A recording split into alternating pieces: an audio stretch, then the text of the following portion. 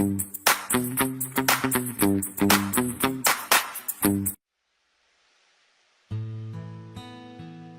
heran sama sikap Pak Rudi, majikanku. Yah, belakangan kok rasanya ada yang beda kalau sama aku.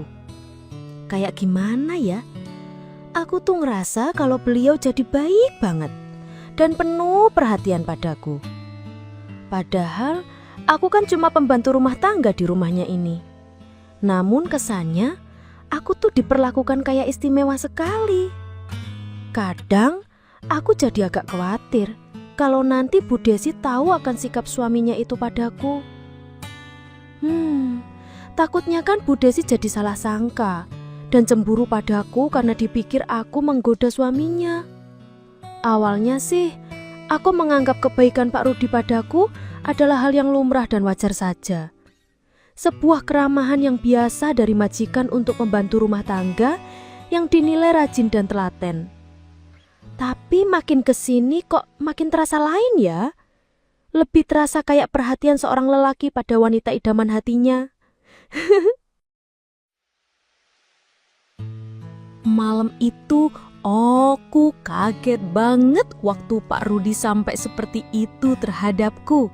Nggak nyangka saja sih kok bisa beliau begitu. Padahal aku sudah berkali-kali mencoba menolaknya. Ku bilang kalau aku nggak enak kalau sampai Bu Desi jadi tahu nantinya. Ndak Lastri nggak mau Pak. Takut Bu Desi tahu dan marah. Bisa-bisa Lastri dipecat sebagai pembantu, dianggap ngelunjak. Namun Pak Rudi tetap membujukku. Katanya coba aja dulu dipakai, biar beliau tahu apa pas, apa kurang pas ukurannya. Kok popo Lastri, dicoba aja dulu. Lagian Bu Desi sudah tidur kok. Coba pakai dulu ya. Apa beneran pas dan enak masuknya? Pak Rudi ngomong seperti itu sambil menarik tanganku. Beliau langsung masukin aja cincin itu ke jari manisku. Aduh Pak, pelan dong agak perih Pak. Sempit banget soalnya nih. Kataku berusaha menarik tanganku. Cincin itu memang bagus banget dan kelihatannya mahal. Tapi ukurannya emang agak kekecilan dan gak muat di jariku. Lagian aku jadi baper juga kan malam itu. Ngapain coba Pak Rudi sampai membelikan aku cincin emas dan minta aku memakainya? Ya karena cincin yang gak muat, Pak Rudi gak jadi masukin semuanya. Ada raut kecewa di wajahnya tapi tetap tersenyum. Waduh, gak pas Lastri. Tapi gak apa-apa deh. Besok aku tuker lagi di toko emasnya. Pokoknya harus bisa sampai masuk ya. Pak Rudi bilang begitu sambil berjanji kalau besok beliau akan membelikanku cincin emas yang lain dan lebih pas untukku. Ya jujur saja, sejak malam itu aku ngerasa kok Pak Rudi baik dan perhatian banget sama aku. Sikapnya bikin aku jadi baper deh. Sebelum ngelanjutin ceritaku, kenalin dulu, namaku Sulastri. Biasa dipanggil Lastri aja. Usiaku genep 32 tahun saat ini terjadi. Aku pernah menikah dengan lelaki yang dulu amat sangat aku sayangi. Namun, semua mimpi manis berumah tangga jadi buyar. Mantan suamiku tega menduakanku dan ninggalin aku begitu saja tanpa pesan dan kesan, hanya demi menikahi wanita lain. Ya, alasannya sih karena sudah 3 tahun menikah, aku belum juga bisa hamil dan memberikan suamiku keturunan untuknya. Padahal kan yang namanya anak itu ibarat sebuah rezeki. Menurutku kalau memang sudah waktunya pasti akan dapat juga. Lagian itu semua bukan salahku kok. Wong hasil medisnya aku sama suami sama-sama sehat dan gak ada masalah pada kami. Makanya setelah yang aku lalui, aku jadi sadar kalau semua itu hanya alasan mantan suamiku yang emang kepincut wanita lain. Dan buktinya sampai 3 tahun kami berpisah dan dia nikah lagi sama Siti, tetap aja si Siti gak bisa ngasih anak juga. Padahal Siti itu janda muda dari kampung tetangga. dan sudah punya 2 anak. Tapi sama mantanku gak bisa hamil juga. Tapi ya udahlah, mungkin ini semua jalan hidup dan takdir yang harus aku jalani. Berpisah dengan orang yang kusayangi.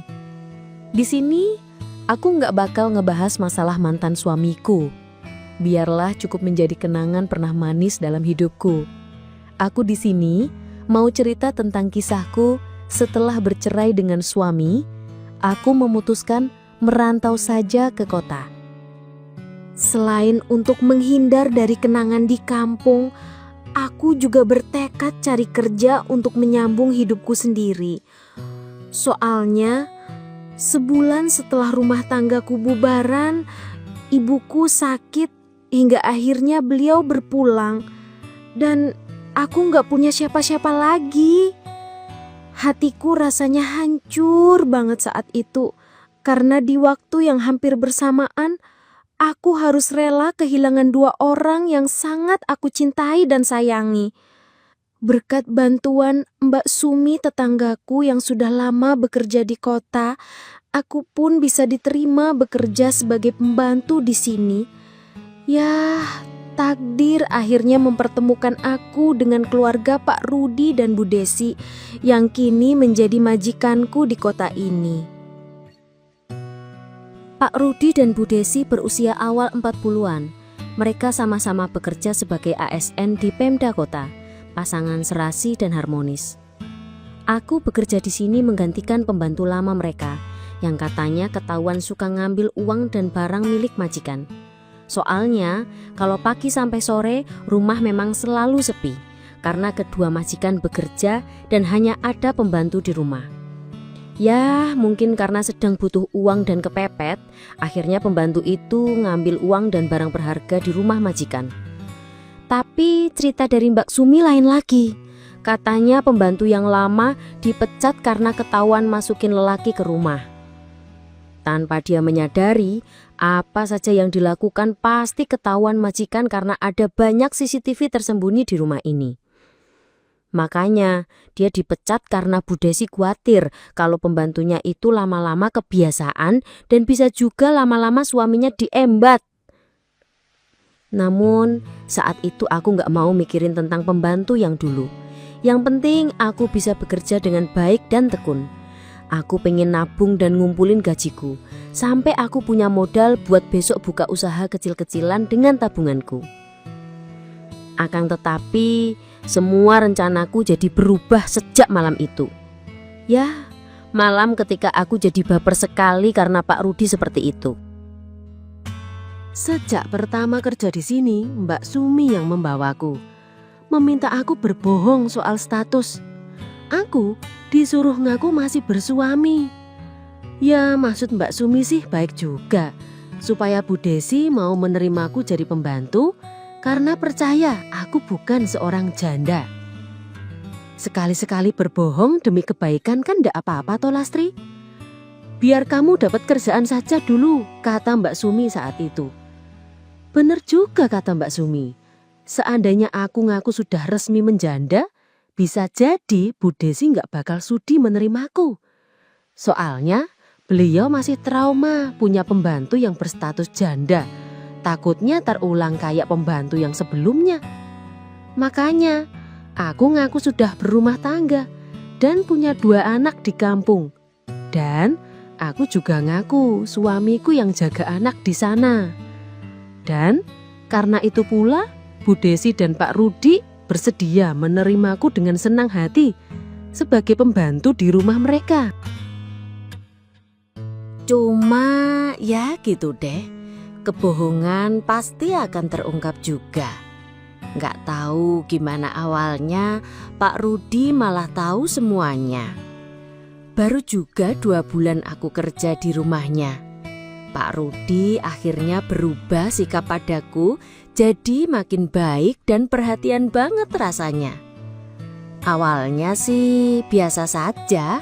Dia ngajak ngobrol agak lama kalau Bu Desi sedang nggak ada di rumah. Jadi kami terasa makin akrab.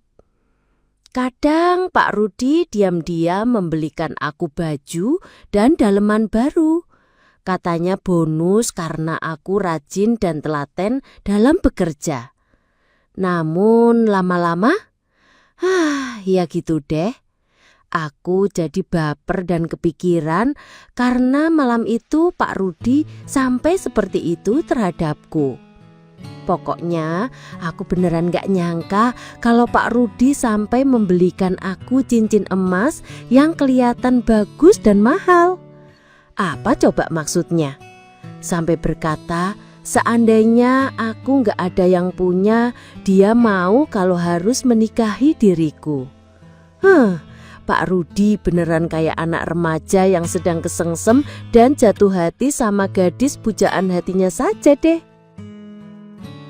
Selama 2 bulan bekerja di sini, bukan hanya Pak Rudi yang akhirnya tahu kalau aku sebenarnya seorang janda tanpa anak. Aku juga jadi tahu kalau rumah tangga Pak Rudi dan Bu Desi selama 12 tahun juga dilanda sepi karena tak bisa punya anak.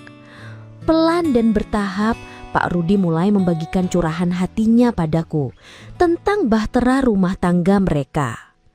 Ya, ndak tahu deh apa Pak Rudi jujur atau hanya sekedar modus biar aku ikut simpati dan mulai membuka hatiku. Namun yang jelas, di suatu malam akhirnya semuanya terjadi antara kami. Sesuatu yang seharusnya tak boleh kami langgar. Soalnya dia kan majikanku dan sudah memiliki Bu Desi sebagai istri. Sementara aku hanya pembantu dan bukan istrinya. Semuanya memang berawal dari kebaikannya dan perhatiannya. Dia itu sabar banget, ibarat tetesan air yang menghancurkan batu. Pelan tapi pasti, Pak Rudi mulai berhasil mencuri hatiku. Bukan saja karena dia tampan dan badannya bagus di usia 43 tahun, tapi juga karena pembawaannya yang matang. Dan ya harus aku akui kalau kasih sayangnya sangat besar. Malu-malu aku jadian malu-malu kucing. Malam itu mungkin bukan aku atau Pak Rudi yang salah, tapi keadaan yang membuatnya jadi salah hingga kami sampai seperti itu. Harusnya sih Pak Rudi sama Bu Desi pergi liburan ngengok orang tuanya Bu Desi karena kebetulan kerabatnya sedang ada hajatan. Tapi gak tahu kenapa malamnya Pak Rudi pulang sendirian. Sementara Bu Desi katanya pingin nginap di rumah orang tuanya. Sejak Pak Rudi datang sekitar jam 10 malam, aku udah bisa ngerasa pasti bakalan terjadi sesuatu antara aku dan majikanku itu. Masalahnya Pak Rudi sudah membelikan aku sebuah cincin emas yang ia sematkan sendiri ke jari manisku seminggu yang lalu. Ya aku juga gak paham apa maksudnya, tapi kata dia itu sebagai tanda kasih dan bukti bahwa dia punya perasaan padaku. Bukan hanya sebagai pembantu biasa, tapi sebagai seorang wanita yang katanya masih sangat pantas dikasihi dan disayangi. Malah waktu ngasih cincin itu, Pak Rudi memintaku untuk mulai memanggilnya dengan panggilan Mas. Jangan Pak. Kalau Lastri nyebut Mas Rudi kan kedengarannya lebih akrab bagiku, kata Pak Rudi sambil masukin cincinnya ke jariku. Aku bahagia banget deh saat itu. Tapi aku juga takut kalau sampai Bu Desi tahu. Makanya cincinnya itu aku simpen saja. Takutnya kalau kupakai dan dilihat Bu Desi, bisa-bisa istri majikanku curiga. Dari mana aku punya uang untuk beli cincin emas? Nah, malam itu Pak Rudi masuk rumah terus mandi. Katanya gerah banget habis nyetir mobil jauh dari rumah orang tua Bu Desi. Kutanyain, apa bapak mau dibuatin kopi, apa mau teh hangat? Dia malah protes karena aku masih manggil dia Pak. Ya udah, akhirnya aku ulangin. Iya deh, Mas Rudi yang baik. Mas maunya apa? Apa Lastri buatin kopi atau teh hangat, Mas? Nah gitu dong, kata Mas Rudi. Apa saja deh, kalau bisa susu juga boleh. Balas Mas Rudi sambil tersenyum menggoda. Mas ini mulai deh. Udah mulai genit. Mentang-mentang gak ada Bu Desi. Balasku sambil pergi berlalu ke dapur. Biar genit gini, tapi Lastri suka kan kalau ada yang sayang beneran, balasnya yang juga beranjak ke kamar mandi. Ya nggak tahu, apa kebetulan apa gimana. Malam itu aku pas lagi pakai daster satin pendek yang dulu dibelikan sama dia. Dari situ, aku semakin kepikiran tentang apa saja yang bisa terjadi. Karena kan hanya ada aku dan Mas Rudi di rumahnya ini. Dan yang awalnya aku khawatirkan akhirnya jadi kenyataan. Malam itu habis dia mandi dan ku temenin makan malam di dapur. Setelah itu, Mas Rudi minta ditemenin ngobrol sambil nonton berita televisi. Sambil santai kami duduk di matras lantai depan TV. Udah jam 11 malam waktu itu. Awalnya aku sama Mas Rudi hanya ngobrol biasa, sambil sesekali ngomentarin berita di televisi. Mas Rudi tampil santai cuma pakai kaos ketat sama celana pendek army. Tapi aroma parfumnya menguar sama bau sabun mahal. Ya, Mas Rudi emang orangnya bersihan dan selalu kelihatan segar. Meskipun abis jalan jauh dan seharian nyetir mobil keluar kota. Ini juga yang diam-diam aku kagumi darinya. Sangat jauh beda dengan mantan suamiku yang dulu. Lelaki yang tega menduakanku. Entah kenapa, aku juga merasa Mas Rudi sering curi pandang padaku malam itu. Tapi pas kepergok, dia mengalihkan pandang. Sampai akhirnya, karena ada nyamuk nakal yang hinggap di pipiku, Mas Rudi refleks aja nyuruh aku diem. Terus tangannya bergerak. Pelan banget, biar nyamuknya nggak kabur waktu mau ditepuk. Karena refleks gitu, dia pun menggeser duduknya lebih dekat lagi. Bahunya yang kokoh sampai menyentuh bahuku. Lalu, ya gitu deh. Nyamuknya malah kabur dan tangannya malah di pipiku. Aku beneran baper waktu itu. Soalnya wajah kami tuh jadi sangat dekat banget. Nafas jadi bertemu hangatnya nafas deh. Malam itu, entah kenapa, aku seperti merasa kembali hidup. Mas Rudi sangat pandai meluluhkan hati, meninabubukkan anganku. Nyamuk nakal sudah pergi. Tapi kecupannya yang mendarat di pipiku. Rasanya lembut, anget, dan penuh perasaan kasih sayang. Mataku seketika terbelalak. Gak nyangka dia menciumku. Hatiku penuh tanya, apa sih maknanya? Dan apa maksud majikanku ini? Namun belum sempat aku melontarkan tanya, Mas Rudi kembali mengangkat daguku. Dan kecupan jatuh di bibirku. Saat itu, aku hanya membeku. Dadaku mulai bergemuruh. Aku kan hanya wanita biasa, bukan bidadari yang kuat menahan goda. Aku sadar, detik itu kami sudah berada di pinggir jurang.